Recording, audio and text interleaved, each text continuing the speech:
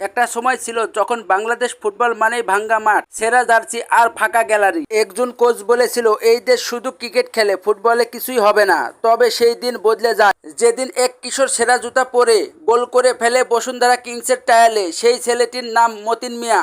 অন্যদিকে হাজার মাইল দূরে ইংল্যান্ডের ঘাসে খেলা একজন তরুণ, যিনি ইংল্যান্ডের অনূর্ধ্ব 21 দলে খেলেছেন, হঠাৎ সিদ্ধান্ত নেয় নিজের মাতৃভূমিতে খেলবেন। সে আর কেউ নয়, বাংলাদেশ ফুটবলের সবচেয়ে বড় তারকা হামজা দেওয়ান চৌধুরী।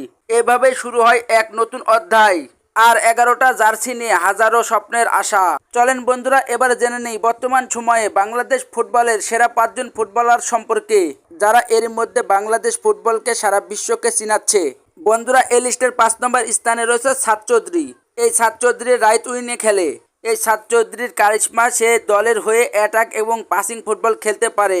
সবকিছু মিলে সাদ চৌধুরী রাইট উইংয়ে ভালো খেলোয়াড়। এছাড়াও এই সাদ চৌধুরী কয়েকদিন আগে ভারতের বিপক্ষে ম্যাচে একাই অসাধারণ কয়েকবার সুযোগ তৈরি করেছিল।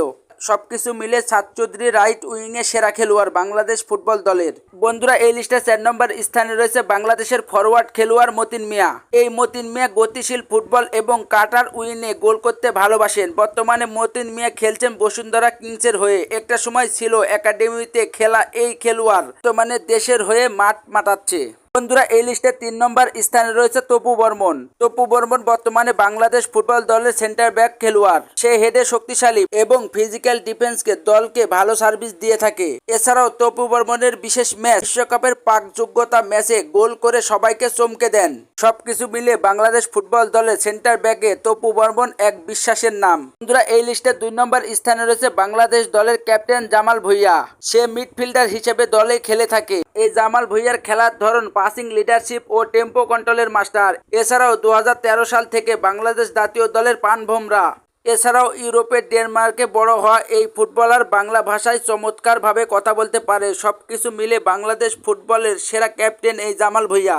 বন্ধুরা, এই লিস্টের 1 নম্বর স্থানে রয়েছে হামজা দেওয়ান চৌধুরী। এই হামজা দেওয়ান চৌধুরী ডিফেন্স মিডফিল্ডার হিসেবে বাংলাদেশ দলের হয়ে খেলে। 2024 সালে বাংলাদেশ দলে যোগ দেওয়ার পর থেকে ইতিহাস পাল্টে দিচ্ছে। বর্তমানে হামজা দেওয়ান চৌধুরী লেস্টার সিটির হয়ে দারুণ সময় পার করছে। এর মধ্যে বাংলাদেশ দলের হয়ে 3টি ম্যাচ খেলেছে সে। 3টি ম্যাচের মধ্যে একটি ম্যাচে অসাধারণ একটি গোল করেছিল। সবকিছু মিলে হামজা দেওয়ান চৌধুরী বাংলাদেশ ফুটবলে যোগ দেওয়ার পর থেকে বাংলাদেশ ফুটবল দল যেন ইতিহাস গড়ছে। হামজা দেওয়ান চৌধুরী দেখানো পথে হাঁটছে হাজারো প্রবাসী ফুটবলাররা। এরই মধ্যে বাংলাদেশ জাতীয় দলের হয়ে খেলার জন্য আগ্রহ হচ্ছে তারা। এছাড়াও হামজার পাশাপাশি এই দলে ফাহমিদুল ইসলাম এবং সমিত সোমের মতো বড় মঞ্চের খেলোয়াড়রাও যোগ দিয়েছে। কিছু মিলে বাংলাদেশ দল শুধু সামনের দিকেই আগাচ্ছে। তো বন্ধুরা, বাংলাদেশ ফুটবলের সেরা 5জন ফুটবলারকে নিয়ে এই ভিডিওতে আলোচনা করলাম। এই 5জন ফুটবলারদের মধ্যে কার খেলা আপনার কাছে ভালো লাগে তা অবশ্যই কমেন্টে লিখবেন, এবং পরবর্তী ভিডিও পেতে বরাবরের মতন একটা কথাই বলবো, চ্যানেলটি সাবস্ক্রাইব করে আমার সঙ্গেই থাকবেন। ধন্যবাদ।